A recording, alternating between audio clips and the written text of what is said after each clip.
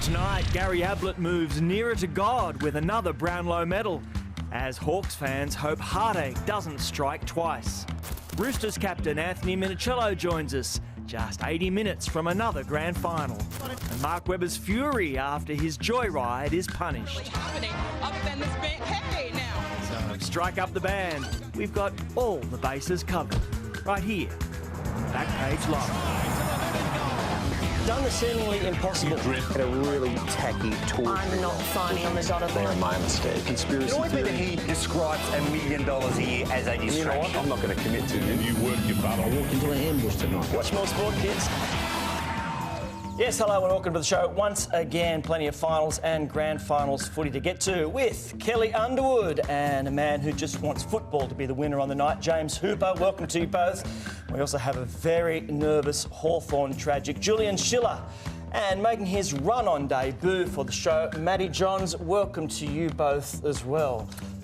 Look, but there's really nowhere else for us to start than with Adam Goodes, who could not have been more impressive in the way he handled the racial abuse he copped at the weekend. The person that needs the most support right now is the little girl. You know, people need to get around her. She's 13. She's uneducated. I didn't stand up for myself in high school. I'm a lot more confident. I'm a lot more proud about who I am and my culture. And I decided to stand up last night, and I'll continue to stand up because, you know, racism has no place in our industry, has no place in society.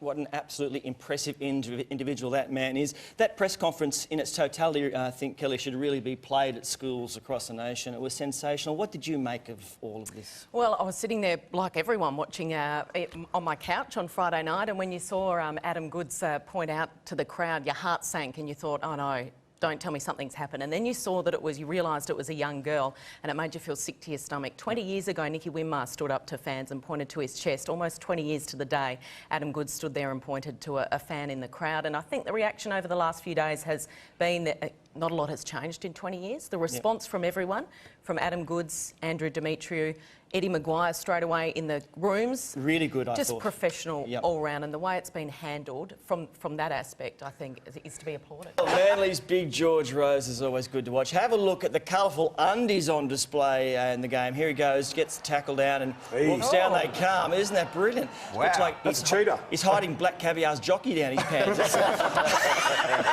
We found Luke Nolan. Wow. That just opens up more of a Pandora's box and more hard questions for the Waterhouse family to answer. I love the fact that Gay doesn't mind dropping a name. If you're going to drop a name, drop a big one. Look at this one. This is, she's talking about the Queen.